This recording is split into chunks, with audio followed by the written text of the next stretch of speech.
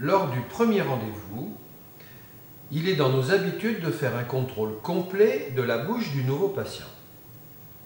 La plupart du temps, nous notons rapidement sur une feuille de papier, en même temps que le schéma initial, les différentes pathologies et éventuellement les actes que nous aurons à effectuer. Ce petit tutoriel va nous montrer comment Magdan peut nous aider via la fonction icône libre à nous débarrasser du papier. Pour activer la fonction icône libre, je vais sélectionner cette icône cadenas.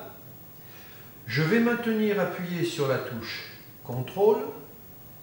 Je vais sélectionner l'un des actes que j'ai à effectuer sur ce patient et je vais directement poser cet acte sur la zone libre laissée par Magdan ici à droite du schéma.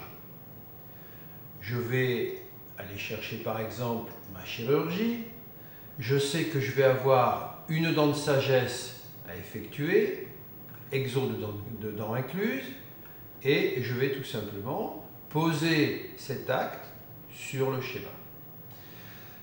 Je vais maintenant imaginer que j'ai une endo à faire, par exemple une bio de molaire, et donc je vais tout simplement poser ma bio de molaire, bien sûr, à la condition de sélectionner avant ma bio de molaire.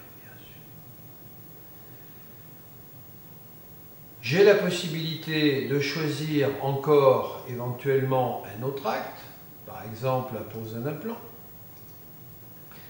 Et rien ne m'empêche de déplacer mes icônes sur les endroits désirés.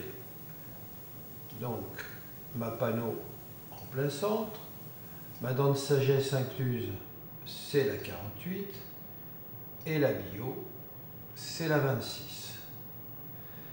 Ainsi, j'ai les icônes qui sont distribuées sur le schéma dentaire et mon assistante dentaire n'aura plus qu'à faire le devis, à préparer le devis et les plans de traitement au patient, et au fur et à mesure que ce plan de traitement aura été posé, faire disparaître les actes représentés par ces icônes. Pour cela, il suffit de cliquer ici sur la petite gomme, de maintenir appuyé sur la touche pomme et d'effacer l'ensemble de toutes les icônes libres qui ont été posées sur le schéma.